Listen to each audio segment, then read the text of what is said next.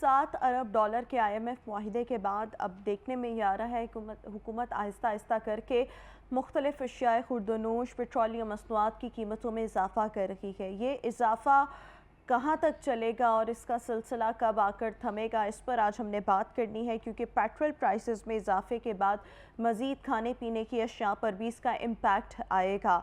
सो मज़ीद अब महंगाई में कितना इजाफा हो सकता है। एक तरफ बजट IMF की मंशा के मुताबिक इसको तैयार किया गया और फिर 12 जून के बाद हमने देखा कि किस तरह से चीज़ों में मुसलसल इजाफा होता चला जा रहा है।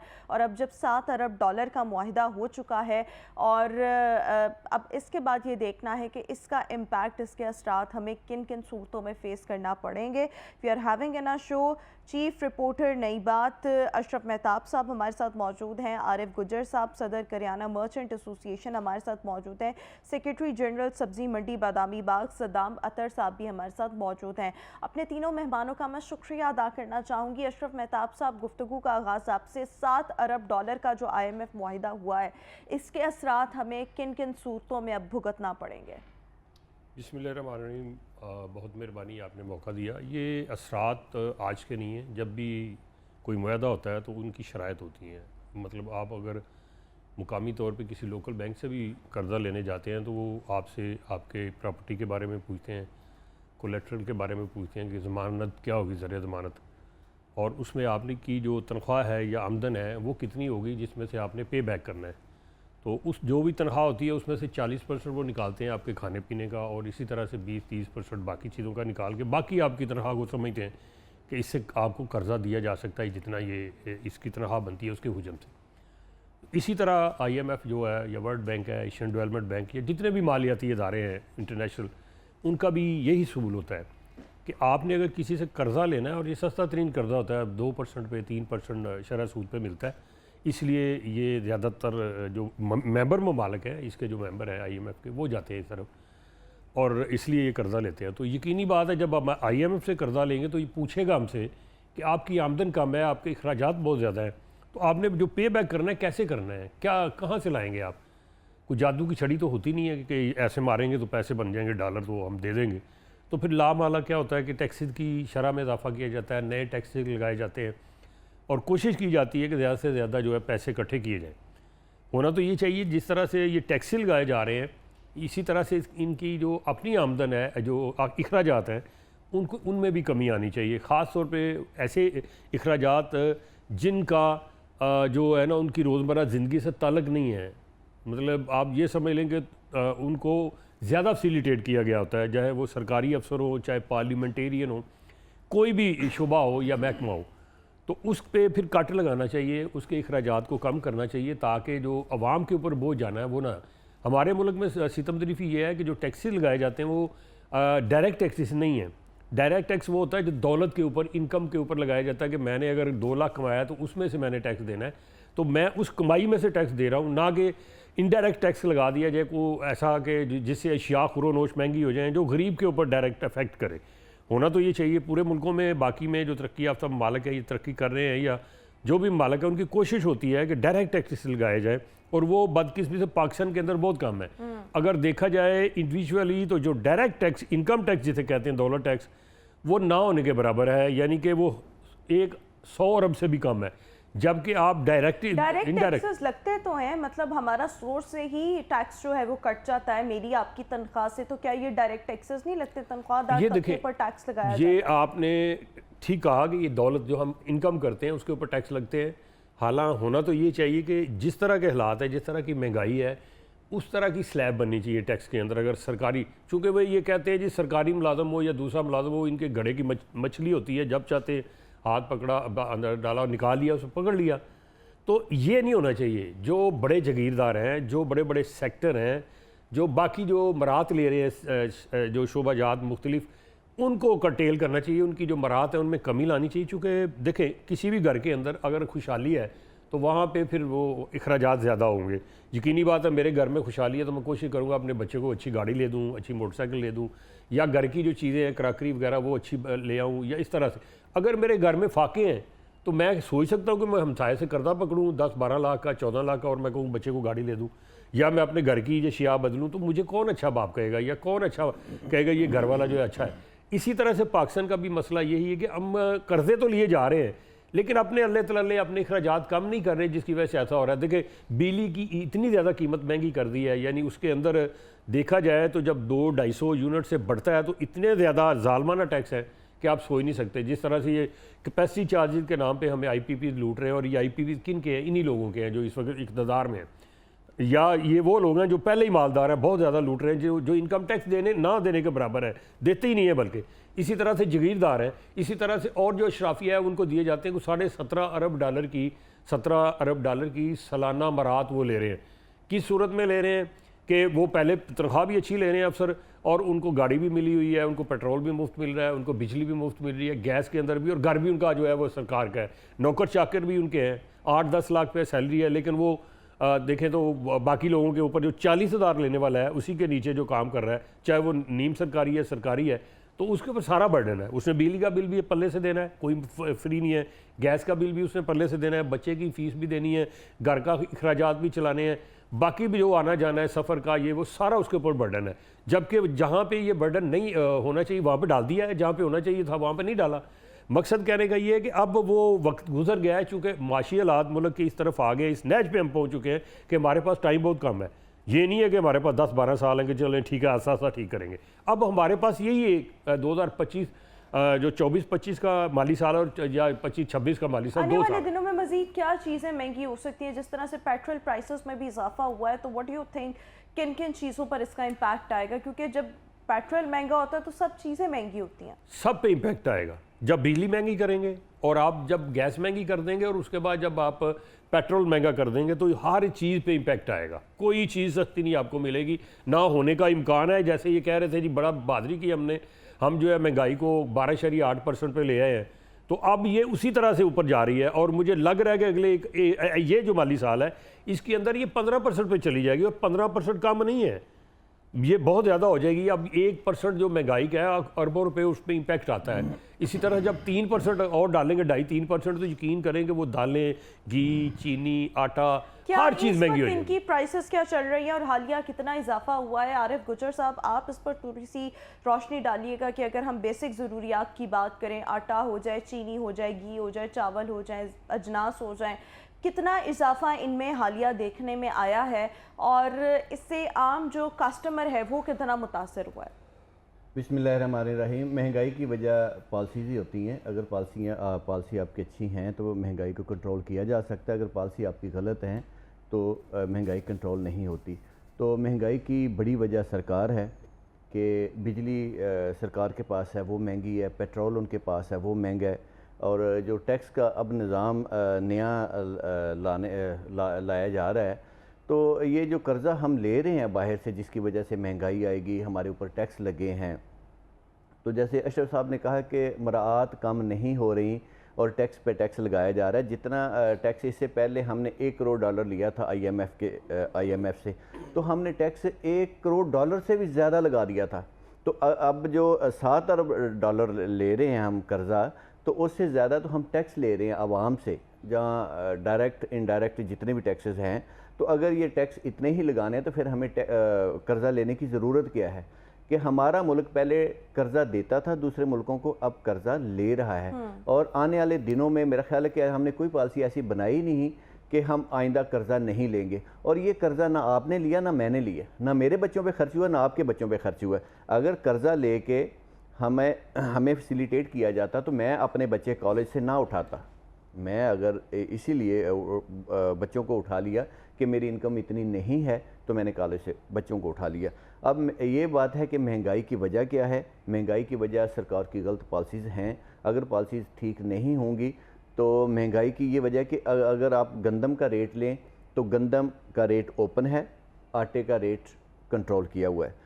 घी ऑयल की कीमतें भी ऐसा ही है कि ओपन है, लेकिन उनके ऊपर लॉक नहीं लगाया गया कि उनका रेट क्या बनना चाहिए। दालें हमारी अपनी नहीं है, ज़राअत हमारी बर्बाद हो चुकी हुई है। उसके महकमे में मेरा ख्याल करोड़ों रुपया हम सैलरियों में देते हैं, हम रात में देते हैं, लेकिन हमारी ज़राअत ये हाल है कि हमारे 99% जो अजनास है हम बाहर से मंगवाते हैं। हमारी अपनी चीनी थी और चावल थे, उनके ऊपर भी कोई ऐसी पॉलिसी नहीं बनाई गई कि हमारे ऊपर हमारा चावल है कितना, हम बाहर कितना भिजवा सकते हैं ताकि डॉलर आए, थोड़ी सी कोई सहूलत आवाम को मिल सके। लेकिन गवर्नमेंट ने उसके ऊपर 1 रुपये का भी काम नहीं किया, ना चीनी पे किया। चीनी हमने स्मगल कर दी, लेकिन लीगल तरीके से हमने बाहर नहीं भिजवा सके। ये हमारी बदकिस्मती है। अब दालें हमारी पहले से 70 से 80 रुपये पर केजी महंगी हुई हैं। घी हमारा 10 से 30 रुपये पर केजी महंगा हुआ है। चीनी में भी इजाफा देखने में आ रहा है, 200-300 रुपया पर बैग। ये वो चीज़ें हैं जो रोज़मर्रा की चीज़ें हैं, हमारे लिए ये भी लग्जरी होती जा रही हैं। ये अगर इन चीज़ों को ना रोका गया तो मेरा ख्याल है कि सबसे ज़्यादा हमारे लिए मुश्किल आटा होगा, घी होगा, चीनी होगी। ये वो चीज़ें जिनके बगैर गुजारा हमारा नहीं है। और दूसरी आइटम्स तो ऐसी हैं कि जो मल्टीनेशनल कंपनी जितनी हैं उन्होंने कितना रेट बढ़ाना है, कब बढ़ाना है, कभी आज तक नहीं पूछा गया। अब 18% बेबी फूड्स जितनी उसकी कीमतें बढ़ी हैं ना, तारक अजीज़ साहब ने कहा था कि जब वो चाहेंगे हमारे बच्चों का वो दूध छीन सकते हैं, हमारे बच्चों का वो रिज़्क छीन सकते हैं। और हकीकत ऐसा है कि हमने उन चीज़ों पे काम नहीं किया, लेकिन टैक्स पे टैक्स लगा के इतनी चीज़ें महंगी कर दी हैं कि हमारी पहुंच से वो दूर होती जा रही हैं। और इसके अलावा जो दूसरी सर्फ साबुन वगैरह हैं, ये भी रोज़मर्रा चीज़ों में आते हैं। उससे अगर 60 से 70 रुपये पर केजी महंगा हुआ है तो बजट पहले आपका नहीं बन सकता, घर का बजट नहीं बना सकते आप 25-30 हज़ार में। तो 25-30 हज़ार एक तो सैलरी नहीं है, ये बिल्कुल गवर्नमेंट सैलरी बढ़ा तो देती है कि गवर्नमेंट बढ़ाती है, कॉर्पोरेट सेक्टर तो नहीं बढ़ाता। नहीं, बढ़ ही नहीं सकती जितनी देर तक एसएम तनवीर साहब कल परसों उनकी मैं स्पीच सुनी ना, मुझे बड़ी तकलीफ़ हुई कि 25% आपका इंडस्ट्री जो सेक्टर है वो बाहर जा चुका है। तो किसी मुल्क का भी अगर इंडस्ट्री बाहर चला जाती है 1-2% तो वो तबाही के दहाने पे खड़ा हो जाता है। तो हमारी इंडस्ट्री 25% बाहर जा चुकी। अगर बिजनेसमैन बाहर चला गया है तो हमारा जो आने वाले दिनों में कोई हम कह सकते हैं कि रोज़गार में इजाफ़ा हो जाएगा, आमदन में इजाफ़ा हो जाएगा। जब हमारी आमदन नहीं होगी तो सैलरी हमारी पहले से भी कम होती चली जाएंगी। जो आज से 5 साल पहले सैलरी थी प्राइवेट सेक्टर में, आज उससे कम तो हो सकती है, ज़्यादा नहीं है। और ये है कि अगर बिज़नेस कम होगा तो हमारे पास जो जॉब कर रहे हैं वो भी पहले से कम हो जाएंगे, टाइम फिर उनसे ज़्यादा लिया जाएगा, सैलरी उनकी कम हो जाएगी। ये सारा कुछ डिपेंड है बिजनेस पे। बिल्कुल ठीक हो गया। सदाम अतर साहब, मैं आपसे ये जानना चाहूँगी क्योंकि आप सब्ज़ी मंडी के साथ डायरेक्टली मुंसलिक हैं और वो चीज़ें देखते हैं, इस वक्त अगर हम मार्केट में बात करें तो क्या सरकारी रेट पर सब्ज़ियाँ और फल आम आदमी को मिल रहे हैं? बिस्मिल्लाहिर्रहमानिर्रहीम। अहलियाने लाहौर को सुबह का सलाम, गुड मॉर्निंग लाहौर। बेसिकली ऐसा है कि रेट लिस्ट की अगर आप बात करें तो रेट लिस्ट के ऊपर ना तो कभी आज तक कोई एक भी सब्ज़ी या फ्रूट्स फ़रोख्त हुआ है, और ना मेरा ख्याल है कि जिस तरह हाफ़िज़ आरफ गुजर साहब ने बताया कि जिस तरह की इनकी हिकमत अमली है, इस तरह ना ही फ़रोख्त हो सकता है। जिस तरह अगर आज लाहौर रंग के तवस्सुत से मैं अहलियाने लाहौर को आज मोरखा 18/7/2024 के अगर रेट्स अगर मैं आपको बताऊं तो आज आलू का रेट जो है ना, गवर्नमेंट ऑफ पंजाब की जारी करदा सरकारी रेट लिस्ट के मुताबिक कम अज़ कम 60 रुपये और मैक्सिमम 82 रुपये किलो तक आलू का रेट है।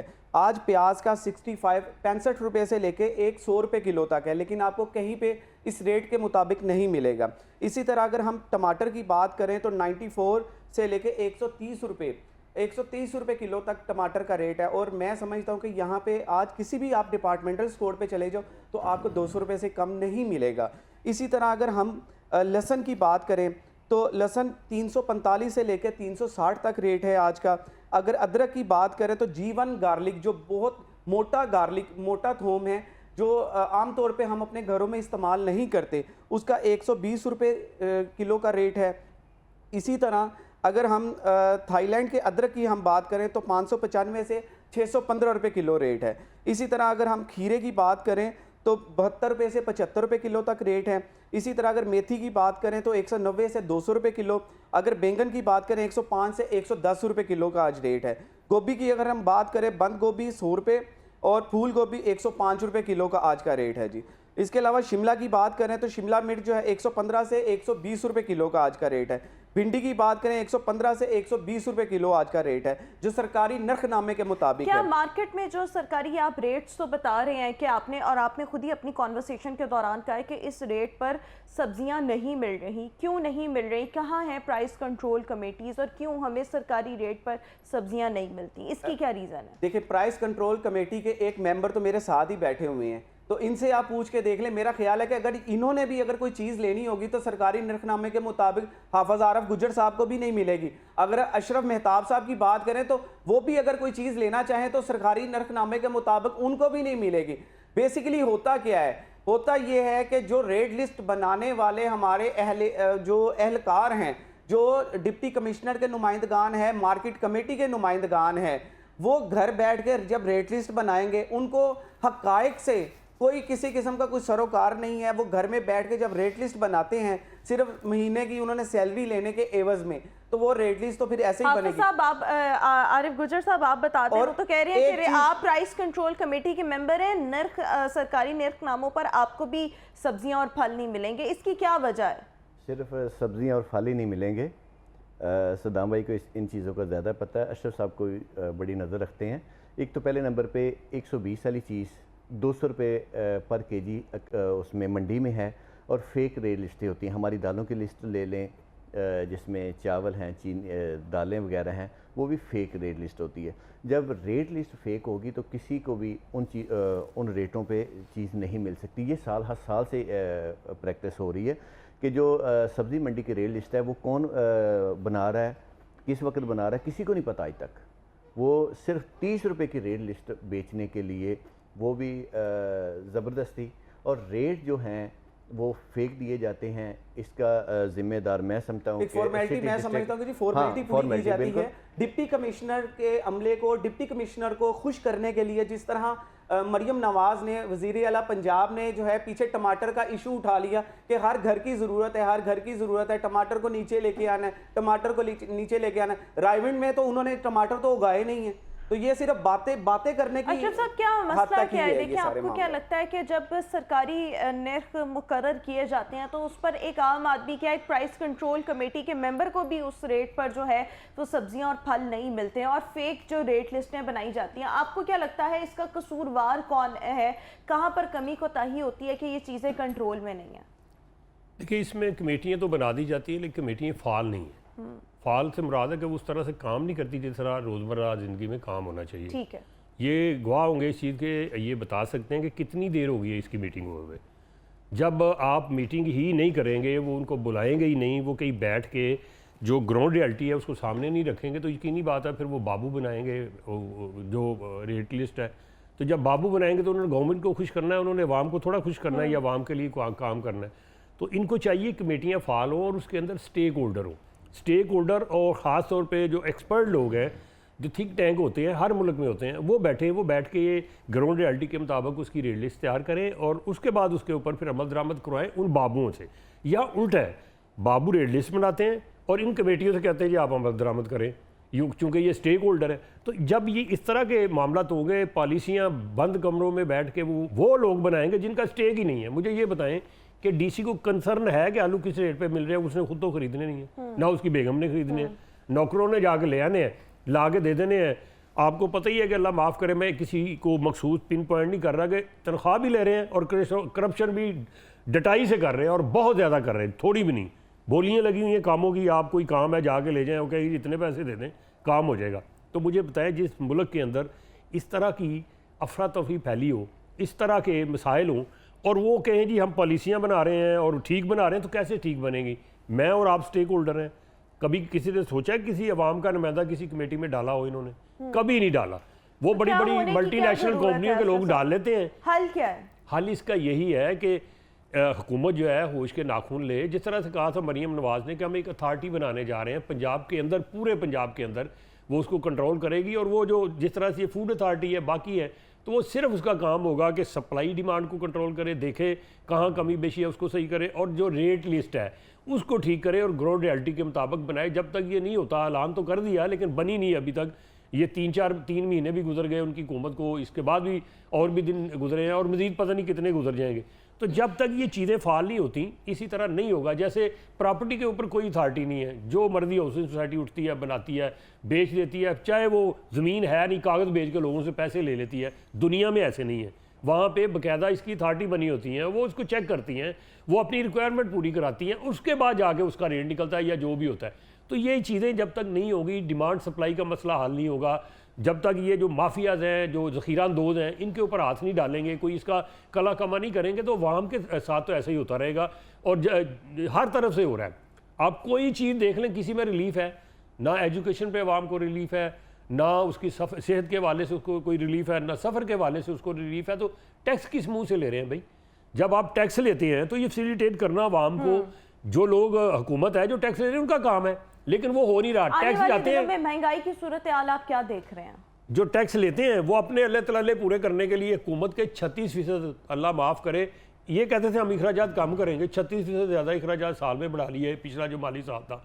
तो मुझे ये बताया वो 36% पूरा करेंगे या कि अवाम को रिलीफ देंगे? IMF की कर्जे देने हैं, हम सिर्फ कर्जे ले रहे हैं, ये नहीं कोई डेवलपमेंट कर रहे हैं, सिर्फ इसलिए कर्जे ले रहे हैं कि हमने उसकी किस्तें देनी है, हमारे पास पैसे क्या नहीं है, है। इस पर भी हम बात करेंगे, लेकिन अभी हम शो में एक ब्रेक शामिल करना चाहेंगे। व्यूअर्स आपसे मुलाकात करेंगे एक वक्फे के बाद। Stay with us and good morning. Welcome back after the break. Viewers हम बात कर रहे हैं कि 7 अरब डॉलर का जो IMF के साथ मुआहिदा हुआ है और उसके बाद पेट्रोल प्राइसेस में इजाफा, उसके बाद इसका इम्पैक्ट जो है वो हर चीज़ पर आ रहा है। IMF के हवाले से ये देखा गया है कि जब भी दोबारा मुआहिदे में जाना होता है तो होता क्या है कि पहले से ज़्यादा कड़ी शराइत जो है वो रखी जाती हैं हुकूमत के सामने। अशरफ मेहताब साहब, ऐसा क्यों होता है? क्या हम पिछली शर्तें पूरी नहीं करते या हमारा बार बार जाना IMF को मजबूर कर देता है कि पहले से ज़्यादा कड़ी शराइत जो हैं वो हर मुआहिदे से पहले हुकूमत को भुगतना पड़ती हैं? जो पहले तो ये है कि जब आप कर्ज़ा लेते हैं तो यकीनी बात है फिर कर्ज़ा लेके आपने वापस भी करना है, तो कड़ी शराइत इसलिए रखी जाती हैं कि हम लोग जो है टैक्स यानी आमदन बढ़ाएं, दूसरे लफ्ज़ों में कह लें। तो वो जब नहीं बढ़ती तो फिर मज़ीद उसके ऊपर कड़ी शराइत। हम वो कहते हैं जी आप अपने अखराजात कम करें, ये अखराजात कम नहीं करते, वो कहते हैं फिर टैक्स लगाएं। तो वो ये होता है, फिर जब अखराजात कम नहीं होते और टैक्सेस बढ़ाने होते हैं तो फिर यकीनी बात है इनडायरेक्ट टैक्सेस बढ़ाए जाते हैं, उसमें विद होल्डिंग टैक्स आ जाता है, उसमें सेल टैक्स आ जाता है, एक्साइज ड्यूटी आ जाती है, उसमें कोई और जो भी चीज़ आ रही है या जा रही है उसके ऊपर टैक्सेस बढ़ जाते हैं। अगर आप बगौर जायज़ा लें टैक्सेस के हवाले से तो 1000 रुपया इन्होंने पिछले साल पेट्रोल से लेवी की मद में इकट्ठा किया है। इन्होंने 860 अरब रुपया बिजली से टैक्सेस लिए हैं। इन्होंने मुलाजमीन से जो सरकारी और निजी मुलाजम है तकरीबन 350 रुपये का टैक्स लिया है। अब ये 3 सेक्टर की बात कर लें, इसके ऊपर जितना टैक्स लगाया इसमें 70% वो लोग हैं जो या तो मिडिल क्लास हैं या गरीब हैं।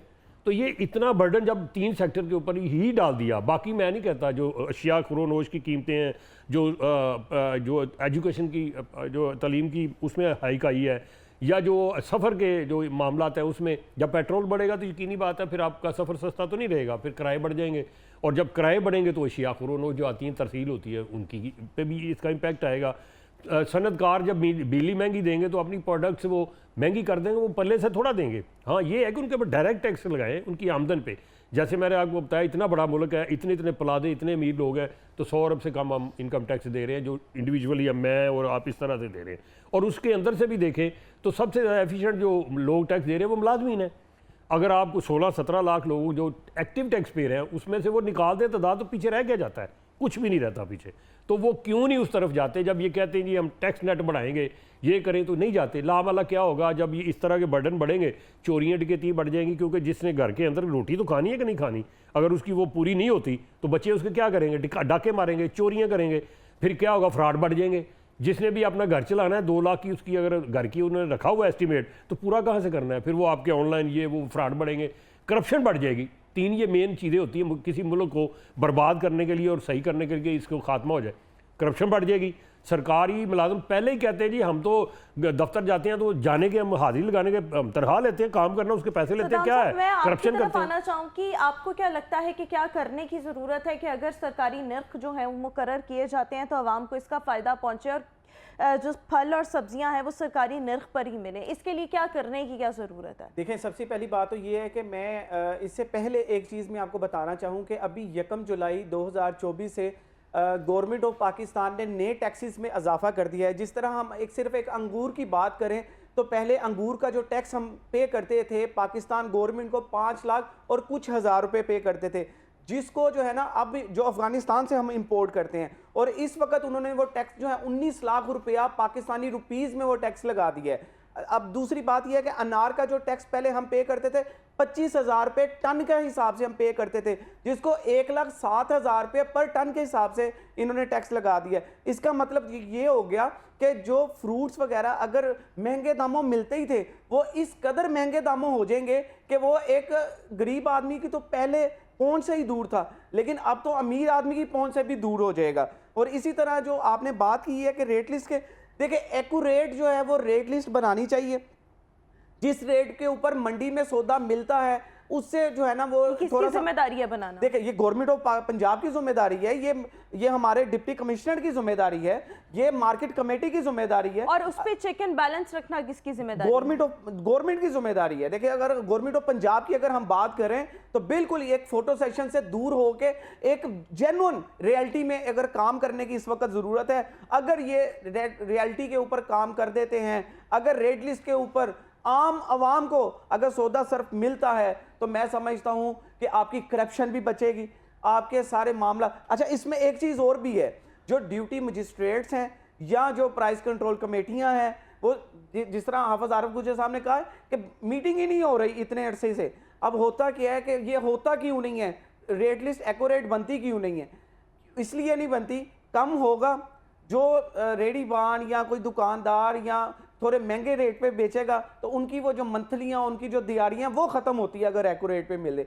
एक असल वजूहात वो ये है, करप्शन वजूहात है इसमें। अगर वो कहें, इरादा कर लें कि हमने ईमानदारी के साथ, हक हलाल तरीके के साथ हमने अपने घर का चूल्हा चलाना है, तो बिल्कुल वो एक्यूरेट होगा। जी जी बिल्कुल ऐसे ही है कि रेल लिस्ट, एक तो ये है कि जिन लोगों ने इम्प्लीमेंट करवाना है उनका हक नहीं है कि वो रेल लिस्टें तैयार करें। रेल लिस्टें हमेशा जो स्टेक होल्डर हैं उन्होंने तैयार करनी होती है, इन्होंने सिर्फ इम्प्लीमेंट करवाना होता है। और हमारी बदकिस्मती कि जो इम्प्लीमेंट करवाने वाले वो ही रेल लिस्टें बना रहे हैं। अब ये था कि हमारी 3 मंथ बाद रेल लिस्टें तैयार हुई हैं, जिससे में 50 से 60 रुपये पर केजी का फ़र्क आ चुका हुआ था।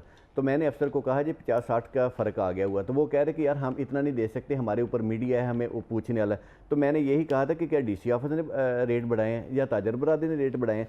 जब आप उनको कंट्रोल नहीं कर सकते तो फिर मेरा ख्याल है कि एक रिटेलर को भी कंट्रोल नहीं करना चाहिए। तो जब रिटेलर को कंट्रोल करने वाली बात, बिल्कुल सदाम भाई की यही हकीकत है कि करप्शन रुक जाएगी। जब जिस दिन रेट लिस्ट ठीक आ गई, जिस दिन आवाम को रिलीफ मिलना शुरू हो गया, उस दिन करप्शन रुकेगी। तो करप्शन कोई भी बंदा रोकना नहीं चाहता। और मेनली ये हुकूमत की जिम्मेदारी जो है वो बनती है, लेकिन पंजाब हुकूमत को इस हवाले से एक्टिव होने की ज़रूरत है। बजाय इसके आप फ़ोटो सेशन करवाएं, वज़ीर आला पंजाब खुद फ़ोटो सेशन करवा रही हैं, इससे बेहतर है कि आप आवाम को रिलीफ देने की तरफ तवज्जो दें। वरना ऑब्वियसली वो अशरफ साहब आप एक बात कहते थे, बम है और किसी दिन भी जो है वो फट जाएगा, और मतलब अवाम में गम और गुस्सा जो है वो शिद्दत इख्तियार करता जा रहा है। बहुत शुक्रिया अशरफ मेहताब साहब, आरिफ गुज्जर साहब और सदाम साहब हमारे साथ मौजूद थे।